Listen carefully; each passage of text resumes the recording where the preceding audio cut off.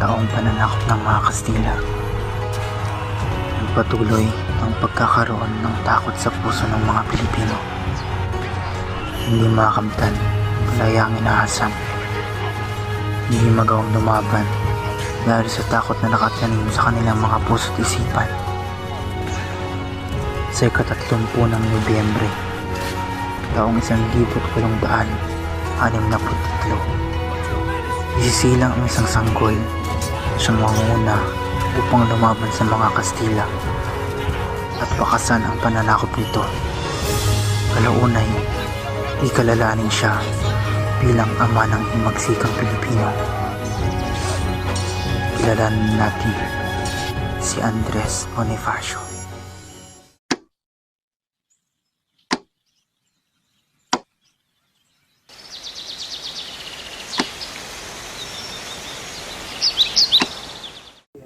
Malalim ang aking paniniwala na ang ligang ito ang magsisimula ng pagbabago na nais natin. Layunin ng Liga Pilipina ang mapagkaisa ang bayan, malabanan ng karahasan at hustisya.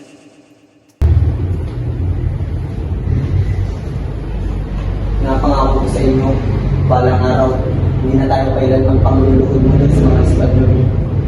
Lahat kayo sa mga magiging anak ninyo, pamilya nyo, lahat kayo magiging malaya na.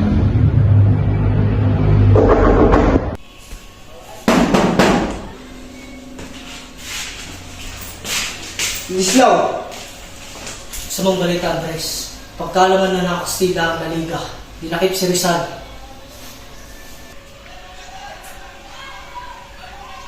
Sa pagkadakip kay Rizal, ano ang mangyayari sa Naliga?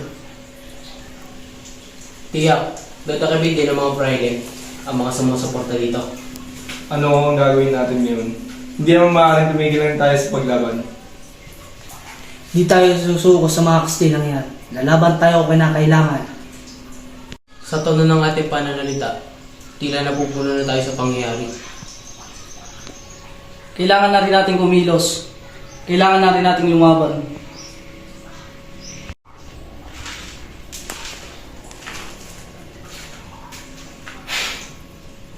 Ang kailangan natin ay magbuo ng isang samahan na magbubuklod sa buong taong bayan. Nilalaban sa mga Kastila. Hindi naging matagumpay ang mapayapang pagbabago na isinusulong ni Dr. Jose Rizal. Kung nais natin ang tunay na kalayaan, wala nang ibang paraan kundi ang himagsikan. Isipin natin tayo'y malakas, matibay, at makapangyarihan. Tayo ang kataas-taasang, kagalang-galangang katipunan ng mga anak ng bayan.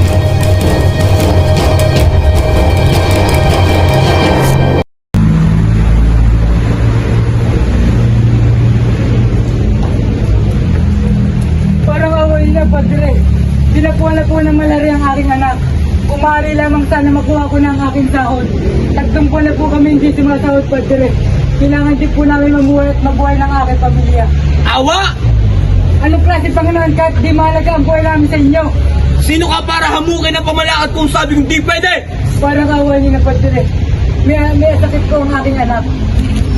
Huli nyo! Demonong to! Kayo ang demonyo! Magnanakaw, mamamatay tao, manggagasa!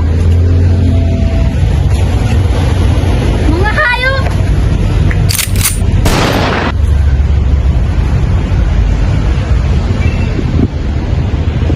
Paano mo na kayang sigmurain ang kalupitan ng mga Brian? Bakit wala tayong nagawa? Pinapatay ng mga kapwa natin kung saan-saan, Andres. Oryang, may malaking plano at pagkilos na magaganap.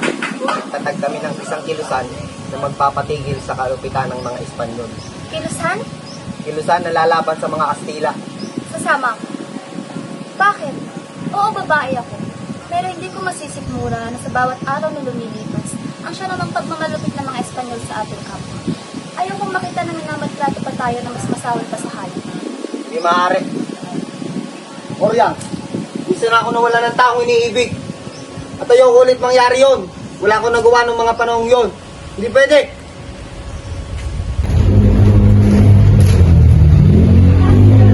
Maraming taon na dito tayo nagtitiis. Kung hindi dahil sa Supremo, hindi tayo makakakita ng pag-asa.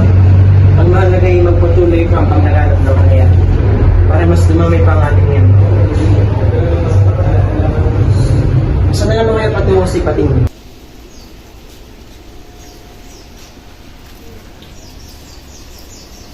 Ang kinabukasan ng susunod na henerasyon ay bahagi na ng ating mga responsibilidad. Tayo na nauna, tayo na may lakas, tayo na may kakayahang lumaban, tayo na nararapat makapagbigay ng kalayaan para sa kanila. Malaki ang tiwala ko sa iyo, Andres. Kaya't bilang ina ng Katipunan, ipinauubaya ko sa iyo ang desisyon na gawin mo ang sa tingin mo'y tama.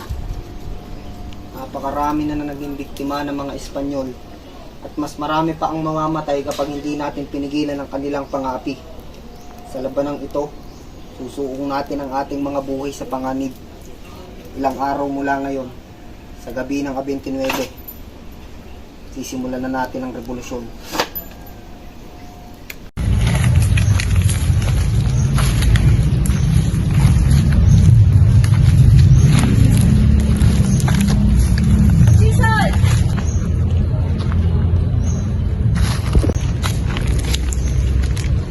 Maligayang pagdalo.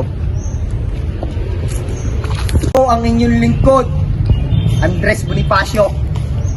Saya po ako sa inyong pasya na makiisa sa pakikipaglaban para sa kalayaan. At narito po si Emilio Jacinto Binabati ko kayo sa pagdalo sa Katipunan. para pangunahan ng pagsanib nyo sa Katipunan. Muli, maligayang pagdalo. Sa labanang ito, nakasalalay ang kinabukasan ng bayan. Ang kinabukasan ng mga susunod pang henerasyon. Mamamatay para sa bayan. Mamamatay ng lumalaban. Mamamatay ng may dahilan. Ito ang mga salitang pinanghahawakan ng mga Pilipinong handang mamatay para sa kanilang bayan. Katipunan, ilabat nyo ang inyong mga sedula. Magmasdan nyo ang munting papel ang maalipin sa ating lahat. Katipunan, bilangan na nating wakasan ang ilang daang taong pananakop ng mga Espanyol. Kulang man tayo sa data. Malakas ba ng baril at kanyo ng mga Kastila? Lalaban tayo hanggang sa uling hininga. Di tayo magpapalupig. Tayo ang mananalo. Dahil atin ang lupang ito. Atin ang bayang ito. Punitin ang mga sedula nyo! Mabuhay ang Katipunan!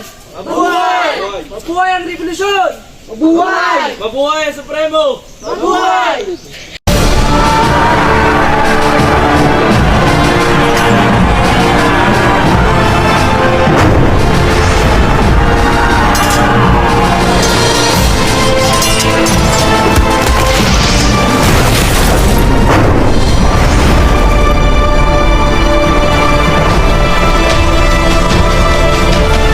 Sa pag-aakalang bumuo ito ng isang revolusyon upang labanan at patumbahin ang gobyerno.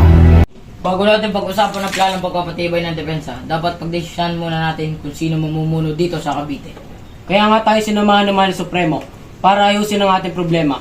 Pwede natin itanong sa kanya kung anong mas makakabuti sa Katipunan. Mawalang galang na, mataas ang tingin ko sa Supremo dahil siya ang nagtatag ng revolusyon. Pero para sa pagpakabuti ng Katipunan, sunod-sunod na pagkatalo dito sa Maynila. Hinahinay lamang sa pagsasalita, Buldimero. Halos lahat ng Kastila ay nasa Maynila. Kami ang umaatake at sumasalubong sa kanila. Kailangan natin magtatag ng isang gobyerno. Ngunit ang Katipunan ang tumatayong gobyerno natin. Meron tayong batas na dapat sinusunod. Tayo magsagawa ng isang halalan. Kung magtatatag ng bagong gobyerno, walang dapat na mamuno kundi ang Supremo. Dahil siya ang nag-organisa at nagplano ng revolusyon.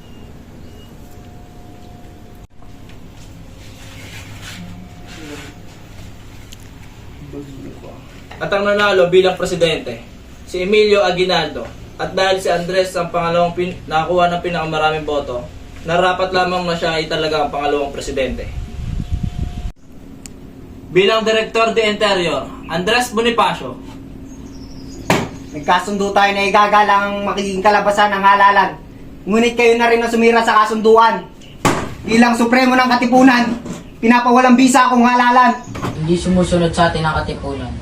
Siguradong hadlag sila sa ating mga plano. Bukod sa Kastila, Baka makakalaban pa din natin ng Katipunan. Kung gayon man at magiging hadlang lamang sila sa aking mga plano, ang aking pasya ay dakipin, si Andres Bonifacio.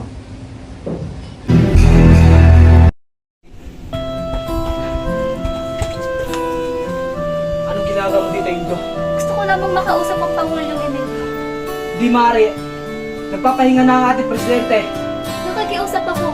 Gusto ko lamang marinig niya ang aking hinaing. Halika.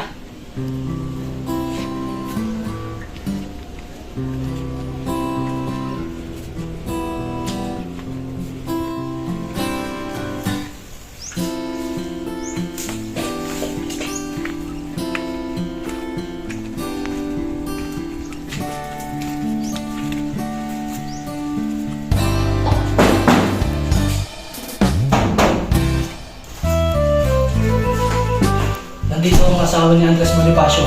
Patuloyin mo. Halika. Nakikiusap ako. Huwag mo masaktan ang papatayan ng aking asawa.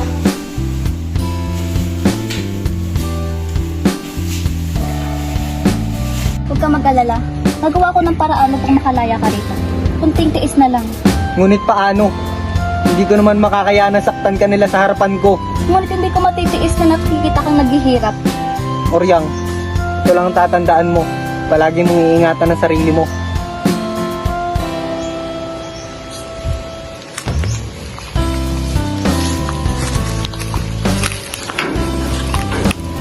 Halika. Huwag! Hindi ka saktan! Gagawin ko ang lahat upang...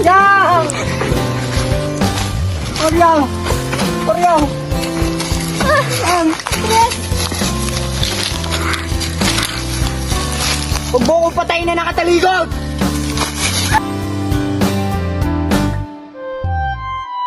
Hindi kita niyakap ng ilang ulit upang sa pagkalas ng mga braso ko ay maramdaman mong iniiwan kita. Habang buhay ako magiging tapat sa ating panata, Oryang. Di tayo makukulong.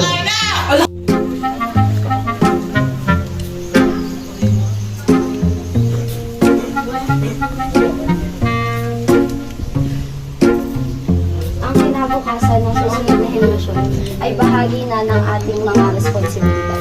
Tayo na nauna, tayo na may lakas, tayo na may karapatang magbigay ng kalayaan sa kanila. May tiwala ako sa iyo, Andres. Kaya bilang ina ng Katipunan, pinauubaya ko sa iyo ang desisyon. Gawin ang sarili mo. Kung magkatatag. Bye.